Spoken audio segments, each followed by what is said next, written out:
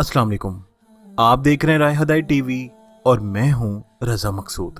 तमाम तारीफें अल्लाह रब्बुल इज़्ज़त के लिए कि जिसने हमें ईमान की नेमत से सरफराज फरमाया और बेहद दुरूद व सलाम जनाब रसूलुल्लाह सल्लल्लाहु अलैहि वसल्लम पर कि जिनको अल्लाह ने सरताज रसूल और खातमुन नबीयीन बनाया। दोस्तों, क्या मुस्तकबिल की वॉर्स, रॉबर्ट्स और मशीनरी फौजियों के जरिए लड़ी जाएंगी? वायरसेस हथियार होंगे? मेरी नज़र में ये बात गलत है, क्योंकि ऐसा तो बरसों से हो रहा है।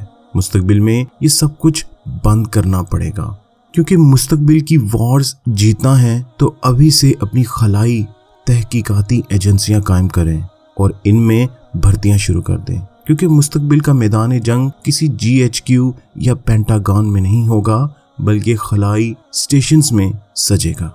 प्लानिंग्स भी वहीं से होंगी और ज़रूरत पड़ने पर मिसाइल भी वहीं से दागे जाएंगे। लेकिन इन जंगों में मिसाइल और गोलियों की ज़रूरत शायद ना पड़े।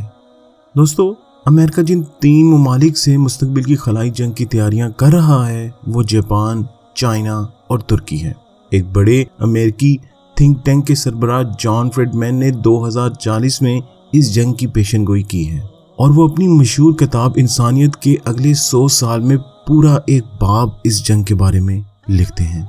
ऐसा इसलिए होगा कि खला में अमेरिकी ताकत को सिर्फ चाइना और जापान से खतरा है, जबकि तुर्की से खतरा एक और किस्म का है। तुर्की से खतरा ये है कि वो जिस रफ्तार से तरक्की कर रहा है वो चंद दहाइयों में सुपर पावर के दर्जे तक पहुंचकर दुनिया के अहम तरीन समुद्री रास्ते रेड सी को काबू कर लेगा। खैर दोस्तों, ये जानने से पहले कि खलाई जंगें कैसे लड़ी जाएंगी, ये जान लीजिए कि खलाई जंग में हदफ दुश्मन का क्या होगा। दोस्तों, पहला और लाजमी हदफ जिसे दुश्मन पहले ही हमले में तबाह करना चाहेगा वो इस मुल्क का नेटवर्किंग सिस्टम होगा। जिस मुल्क में सैटेलाइट्स या स्पेस स्टेशन जदीद, ताकतवर और बाखबर होंगे, वो अपने दुश्मन मुल्क के सारे नेटवर्क को इस तरह जाम कर देंगे कि मुल्क में कोई किसी से टेलीफोन, इंटरनेट, मोबाइल और किसी तरह राब्ता न कर सके। टीवी चैनल्स खामोश हो जाएंगे, बैंकिंग सिस्टम जाम हो जाएगा और ये सब कुछ बगैर एक पत्ता तोड़े हो जाएगा। और ऐसे में अगर किसी मुल्क के पास 1000 एटम बम भी मौजूद होंगे तो वो इन्हें फायर नहीं कर पाएगा, क्योंकि इसे फायर करने वाला नेटवर्क सिस्टम ही जाम हो चुका होगा। एटम बम जैसी चीजें आने वाले दौर में सिर्फ गरीब ममालिक और मुजरिमों के पास होंगी, जो छोटी रियासतों को ब्लैकमेल करने के लिए इस्तेमाल करेंगे।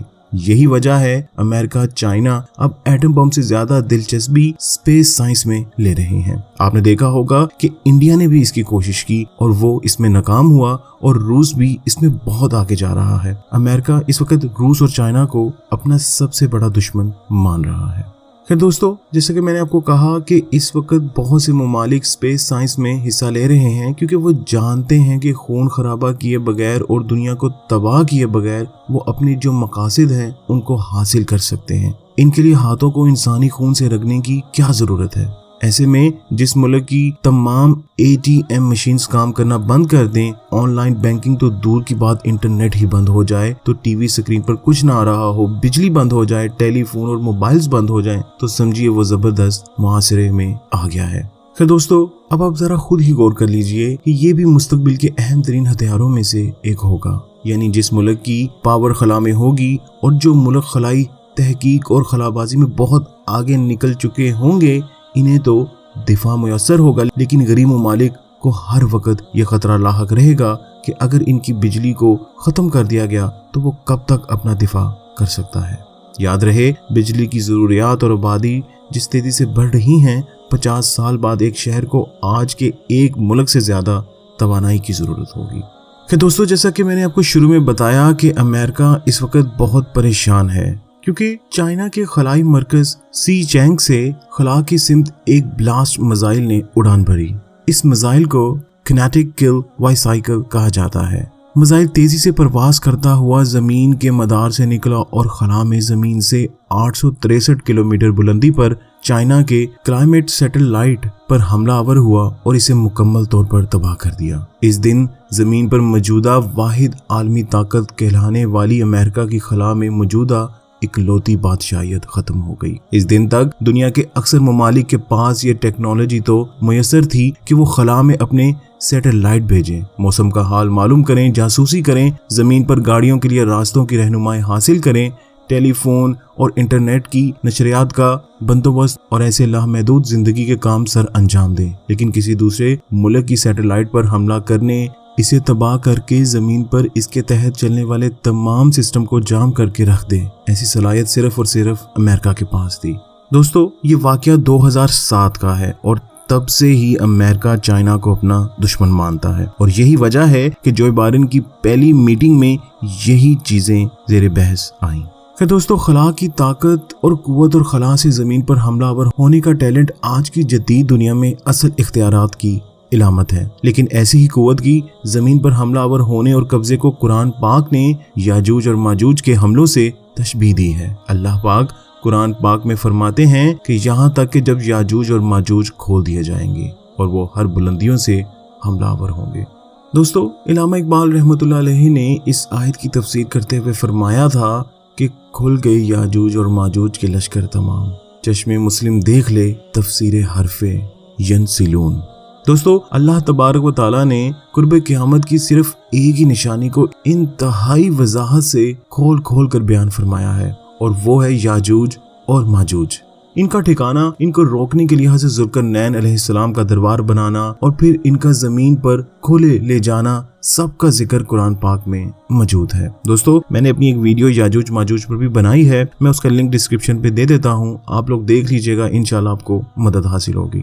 कि दोस्तों, जैसा कि आप जानते हैं कि हज़रत ज़ुल्करनैन अलैहिस्सलाम की 3 डायरेक्शंस की जानिब सफ़र किया था, एक मशरिक, दूसरा मगरिब और तीसरा शुमाल की डायरेक्शन में।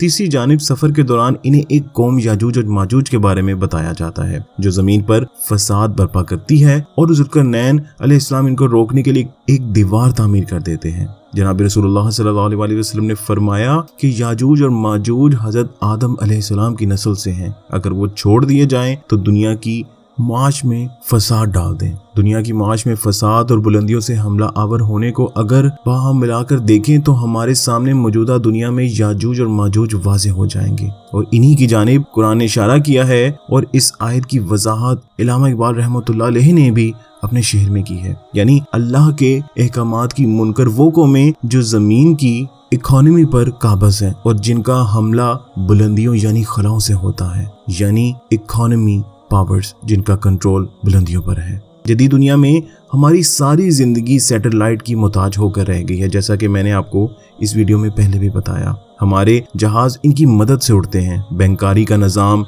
मीडिया, ट्रैफिक, यहाँ तक कि जंगों के हथियार भी सैटेलाइट के जरिए चलाए जाते हैं। जिसके हाथ में खला में मौजूद सैटेलाइट का कंट्रोल है वो ही पूरी दुनिया को कंट्रोल करेगा। दिन ब दिन इंसानों का तमाम इसरार खला में मौजूद इन सैटेलाइट पर बढ़ता चला जा रहा है। कोई एक सैटेलाइट भी खराब हो जाए तो इससे मुतल्लिक दुनिया का सारा निज़ाम रुक जाता है, ट्रेनें चलना बंद हो जाती हैं, बिजली की सप्लाई खत्म हो जाती है, कंप्यूटर अपनी याददाश्त भूल जाते हैं। अगर खला में ये सैटेलाइट तबाह कर दिए जाएं तो इंसान 100 साल पुरानी जिंदगी में वापस आ जाएगा। खैर दोस्तों, खला पर बादशाहियत और कंट्रोल की ये जंग आज अपने अरूज पर है। जो बाइडेन की पहली सिक्योरिटी मीटिंग में जो वाहिद मामला जेर बहस आया वो ये था कि खला में चीन की बढ़ती हुई कुव्वत का कैसे मुकाबला किया जाए, क्योंकि चाइना ने ताकत हासिल कर ली है कि वो खला में अमेरिकी सैटेलाइट को निशाना बनाकर अमेरिकी ज़मीनी अफवाज की हरकत को जाम कर सकता है। जो बाइडेन के सामने डोनाल्ड ट्रंप का वो प्लान भी रखा गया जिसके तहत इसने अमेरिकी अफवाज की एक नई ब्रांच स्पेस फोर्स बनाने का आगाज किया था। खैर दोस्तों, याजूज और माजूज के बारे में कुतुब अहादीस में 50 से ज्यादा हदीस मिलती हैं। जमीन पर इनके कब्जे और हमले के आखिरी मार्के के बारे में जनाब रसूलुल्लाह सल्लल्लाहु अलैहि वसल्लम ने फरमाया कि वो कहेंगे कि हमने जमीन वालों को कत्ल कर दिया, अब आओ आसमान वालों को कत्ल करें। चुनाचे वो लोग आसमान की तरफ अपने तीर चलाएंगे, चुनाचे अल्लाह ताला इनको खून से सुरख करके इनके पास वापस गिरा देगा। दोस्तों, कौन है जो आज से 1400 साल पहले इन बातों की खबर दे सकता था? ये बातें तो कोई 50 साल पहले भी करता तो लोग हैरत का इजहार करते, लेकिन जनाब रसूल सल्लल्लाहु अलैहि वसल्लम की हकानियत की इससे बड़ी दलील क्या हो सकती है کہ کیسر و کسرا کی فتح سے لے کر یاجوج اور ماجوج کی خلائی کانکویسٹ تک آپ نے جو بات کی آج تک حق ثابت ہو رہی ہے۔